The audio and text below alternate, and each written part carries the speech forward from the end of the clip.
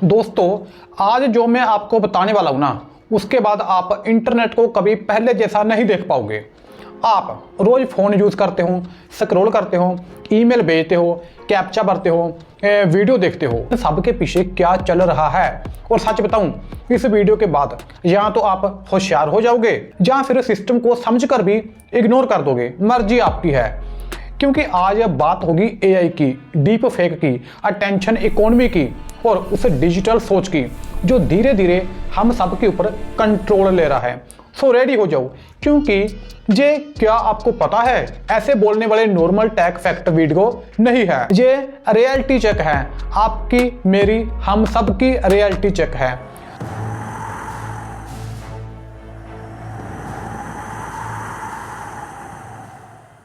हाँ जी दोस्तों, उम्मीद है कि आप सभी ठीक ठाक होंगे। दोस्तों, इंटरनेट पर अब ओरिजिनल ह्यूमन कंटेंट बहुत कम हो चुका है। कभी ध्यान दिया है आपने इस तरफ? यानी ऐसा कंटेंट जो पहले इंसान खुद बनाते थे, अब वो बहुत कम रह गया है इंटरनेट के ऊपर। आज की डेट में जब आप कोई ब्लॉग पढ़ते हो, कोई कमेंट देखते हो या कोई न्यूज आर्टिकल स्क्रॉल करते हो, कोई वीडियो या फोटो देखते हो, तो 50% से ज़्यादा संभावना यही होती है कि आप किसी मशीन यानी एआई से बनाया हुआ कंटेंट देख रहे हो, किसी इंसान का नहीं होता वो। आने वाले सालों में ये और भी बढ़ जाएगा और एक दिन ऐसा भी आएगा कि इंटरनेट पर सारा कुछ एआई का बनाया हुआ होगा, इंसानों का कंटेंट देखेगा ही नहीं। दोस्तों, अभी आपका दिमाग हलाऊं मैं, आप थोड़ा सोचो कि ये जो मैं अभी आपको बताने जा रहा हूं, ये आपने कभी सोचा था या फिर नहीं। तो ऐसे हैं कि आपको लगता है कि किसी इंसान की डीप फेक वीडियो बना के उसको डराया जाता है, ब्लैकमेल किया जाता है, बदनाम किया जाता है। ये अभी और आने वाले टाइम में बहुत खतरनाक है, ठीक है ना? ये तो सबको पता है, लेकिन असली खतरा तो वो है ही नहीं। जब फेक वीडियो को रियल बता के डराया जाता है, बदनाम किया जाता है, ब्लैकमेल किया जाता है, वो असली खतरा नहीं है, बल्कि असली खतरा वो है जब रियल वीडियो को फेक कहकर एआई का बनाया हुआ बोलकर जुठला दिया जाता है। देखो, पहले एक फेक वीडियो बनाने के लिए काफी हफ्ते लगते थे, टाइम लगता था, एक्सपर्ट्स लगते थे, स्टूडियो यूज होते थे। अब फेक वीडियो एक लैपटॉप और ओपन सोर्स टूल से 30 मिनट में बन जाती है। इसका मतलब ये नहीं कि अब फेक वीडियो बहुत आएंगी, बल्कि इसका मतलब ये है कि अब अगर किसी के खिलाफ वीडियो बड़ा सबूत है तो वो सबूत कोई मायने ही नहीं रखेगा। उस वीडियो को बोल दिया जाएगा, देखिए ये मेरे को बदनाम करने की कोशिश हो रही है, ये तो एआई जनरेटर है। ये सिस्टम ना एक जियोपॉलिटिकल वेपन बन चुका है। इसका नाम है लायर्स डिवाइडेड। जैसे मान लो कि कोई भी कंट्रोवर्शियल लीडर की, किसी डोंगी बाबा की या किसी की भी अगर कोई रियल वीडियो लीक हो जाए जिसमें वो करप्शन करते दिख रहा हो या कुछ भी और उनका ऐसा वैसा वीडियो लीक हो जाए, जो कि आती रहती है, आप सबको पता है, तो वो कह सकता है ये deep fake AI generated video है, एआई ने बनाया है। और हम लोग जो सारा दिन एआई वीडियो ही देखते रहते हैं और एआई कंटेंट के आदी हो चुके हैं, वो लोग भरोसा कर लेंगे, हाँ जी मंत्री जी को फंसाया जा रहा है, और आगे बढ़ जाएंगे। तो आपको लगता है कि डीप फेक वीडियो से लोगों को डराया जाता है, पर सच्चाई ये है कि ये वीडियो सच को छिपा देगी आने वाले टाइम में। तो कभी सोचा था आपने ये या फिर नहीं? दोस्तों, अब मैं आपको पूरा शॉक कर दूंगा, क्योंकि अब मैं वो बताने जा रहा हूं जो आपके दिमाग में अगले 10 साल क्या 20 साल भी नहीं आएगा। तो बात ऐसे है कि जब आप कैप्चा फिल करते हो ना, वो वाला जिसमें लिखा होता है कि I am not a robot, और फिर वेरीफाई करते हो, और फिर उसके बाद कभी साइकिल, कभी क्रॉसवॉक, कभी सीढ़ियाँ, कभी बाइक्स की इमेजेस पर ना टच करते रहते हो। आप करते हो ना बार बार टच, लेकिन वो आती रहती हैं, तो वो असल में कैप्चा होता ही नहीं है। इससे आप अपना इंसान होना प्रूफ नहीं कर रहे, बल्कि आप एआई को ट्रेनिंग दे रहे हो, वो भी फ्री में। वो कैसे? तो देखो, कैप्चा के 2 पर्पस है। पहला, वेबसाइट पर बोट्स को रोकना। बोट्स यानी कि नकली लोग, बोले तो रोबोट, जिसकी वजह से फेक ट्रैफिक आता है वेबसाइट पर और वेबसाइट क्रैश हो जाती है, यानी बंद हो जाती है, काम नहीं करती, ओपन ही नहीं होती।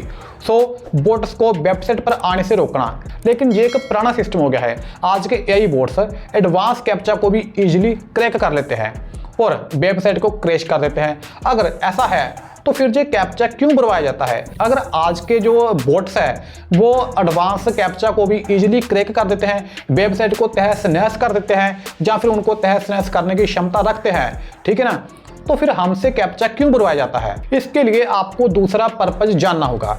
दूसरा पर्पज क्या है? Data labelling. क्या है? Data labelling. जब कैप्चा कहता है select all traffic lights, select all crosswalk, select all bikes, तब वो वेबसाइट वाले आपसे माइक्रो टास्क करवा रहे होते हैं। यानी आप ऑब्जेक्ट डिटेक्शन मॉडल्स को ट्रेन कर रहे होते हो, आप मशीन लर्निंग के लिए ट्रेनिंग डाटा प्रिपेयर कर रहे होते हो। आपका हर क्लिक, हर सिलेक्शन एआई मॉडल को थोड़ा और स्मार्ट बना रहा होता है। चलो बिल्कुल सिंपल करके समझाता हूँ। मान लो कोई ऐसा एआई मॉडल है जिसको ना फोटो पहचानना सीखना है कि ये कबूतर है, ये बाइक, ये साइकिल, ये इंसान, ये कुत्ता, ये बिल्ली, ये सांप, ये ऊँट, ठीक है। तो वो एआई मॉडल तभी इनमें से फर्क समझ पाएगा ना जब उसको कोई बताएगा कि ये है, ये है, ठीक है ना। उसको कोई बताएगा ये कुत्ता है, ये बिल्ली है, ये सांप है, तभी तो उसको पता चलेगा कि ये क्या क्या है मेरे सामने पड़ा। उसके लिए लाखों ही साइकिल, बाइक, कुत्ता, बिल्ली, कबूतर ऐसी इमेजेस पर टच करवाया जाता है।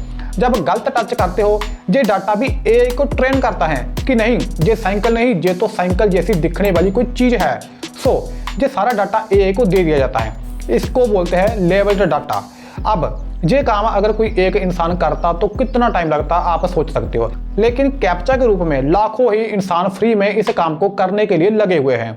ये बात आपको पता थी या नहीं, बताना जरूर कमेंट में।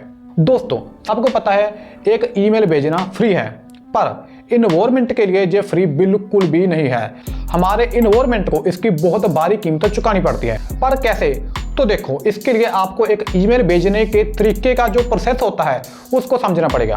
देखो, हर ईमेल जिसमें फोटो वीडियो डाल के आप भेजते हो या फिर हम लोग भेजते हैं, वो डाटा सेंटर्स में स्पेस रहता है, कुछ MB या GB में जगह घेरता है आपकी फोटो या वीडियो के हिसाब से।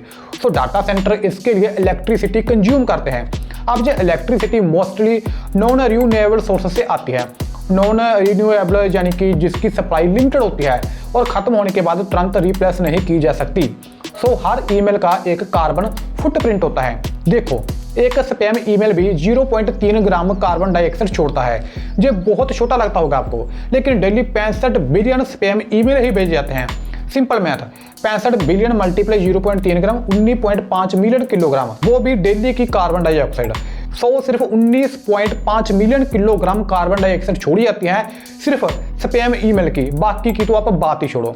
और इतना ही नहीं, डाटा सेंटर के लिए रेयर अर्थ मेटल्स की माइनिंग होती है, फिर कूलिंग के लिए पानी की खपत होती है। इसके बाद हार्डवेयर हर 3 से 5 साल में रिप्लेस होता है, जिससे बहुत भारी मात्रा में ई वेस्ट पैदा होता है। जो लोग अपने 10 साल पुराने ईमेल फोटो फाइल स्टोर करके रखते हैं, वो असल में कार्बन डाइऑक्साइड छोड़ने में अपना योगदान दे रहे होते हैं। हर डिलीट बटन दबाना एक सिंबॉलिक एक्ट है एनवायरनमेंट के प्रति। दोस्तों, हम सोचते हैं कि डिजिटल वर्ल्ड वर्चुअल है, इसका कोई फिजिकल वजूद ही नहीं है, लेकिन हर बाइट जो हम स्टोर करके रखते हैं, यानी कि फोटो वीडियो कुछ भी, उसका एक फिजिकल वेट है, कोल का वेट है, पानी का वेट, ई वेस्ट का वेट। अगर हमारी फाइल्स का कार्बन फुटप्रिंट विजिबल होता ना, तो शायद हम एक बार फिर सोचते क्या ये ईमेल भेजना इतना ही जरूरी था। दोस्तों, एक सिंपल सा टेक फैक्ट है, लेकिन आपको थोड़ा गहरा सोचना पड़ेगा। इसके लिए है बहुत सिंपल, लेकिन आपको सोचना पड़ेगा बहुत गहरा। फैक्ट ये है कि देखो, पहले कहते थे गरीब लोग अपना टाइम बेचते हैं, अमीर लोग टाइम खरीदते हैं। गरीब बेचते हैं और अमीर खरीदते हैं, पहले बोलते थे। अब डिजिटल वर्ल्ड में गेम चेंज हो चुका है। आज सबसे महंगी चीज टाइम नहीं, अटेंशन है, आपका ध्यान। जो लोग फ्री ऐप से यूज करते हैं जैसे फेसबुक, इंस्टाग्राम, यूट्यूब, उन्हें लगता है सर्विस फ्री है, ये ऐप्स फ्री है, लेकिन असल में पेमेंट पैसे से नहीं, अटेंशन से हो रही है। जहां पर आपका स्क्रॉल करना, रुकना, लाइक करना, वीडियो देखना, सब डाटा बन जाता है इन ऐप्स के लिए, इन कंपनियों के लिए। फिर ये डाटा ये कंपनी से एड्स बेचने के लिए यूज करती है। मतलब प्रोडक्ट आप नहीं खरीद रहे, प्रोडक्ट आप खुद हो। अब यहाँ से नेक्स्ट लेवल स्टार्ट होता है। जो लोग अमीर हैं वो धीरे धीरे अपना अटेंशन बचाने के लिए पैसा खर्च कर रहे हैं। इसके लिए बड़े बड़े स्कूल्स नो फोन पॉलिसी ला रहे हैं, महंगे होटल्स नो वाईफाई जोन बना रहे हैं। आजकल इन जगह पर डिजिटल डिटॉक्स रिट्रीट्स चल रहे हैं, जहां लोग फोन लॉक करके नेचर में टाइम स्पेंड करते हैं। सिंपल शब्दों में बोलूं तो पहले लग्जरी लाइफ जीना बहुत बड़ी बात होती थी। अब लग्जरी ये है इन डिस्ट्रैक्शन से दूर रहना जो ये कंपनियां दे रही है। इसको बोलते हैं अटेंशन डिवाइड। एक साइड वो लोग हैं जो चाहे तो डिस्कनेक्ट हो सकते हैं। दूसरी साइड वो लोग हैं जो 24/7 कनेक्टेड रहते हैं, क्योंकि उनका काम, उनका इंटरटेनमेंट, उनकी सोशल लाइफ सब फ़ोन पर डिपेंड करती है। इंटरनेट का प्रॉमिस था सबको इक्वल बनाना, सबको बराबर बनाना, लेकिन रियलिटी ये है कि अब सबसे बड़ा प्रिविलेज है एल्गोरिदम से बच पाना। फ्यूचर में डिजिटल फ्रीडम फ्री नहीं होगी, इसके लिए आपको पैसे देने पड़ेंगे। यानी इन ऐप से आपको अगर छुटकारा चाहिए तो आपको उसके भी पैसे देने पड़ेंगे, और जो अफोर्ड करेगा वही अपना फोकस और मेंटल पीस बचाएगा, अपना सुकून बचा पाएगा। दोस्तों, ये थे 5 वो फैक्ट जो शायद आपको सोचने के लिए मजबूर कर दे। ठीक ना, एक बार इंस्टाग्राम पर जाकर फॉलो कर लेना, लिंक डिस्क्रिप्शन बॉक्स में है। सब्सक्राइब करना मत भूलना। मैं AI, cyber crime, tech fact, unboxing और बाकी टेक कॉन्सेप्ट एक्सप्लेन करता रहता हूँ। ये वाला वीडियो भी जरूर देखें, ये आपके काम का है। और ये वीडियो को पूरा देखने के लिए आपका बहुत बहुत शुक्रिया।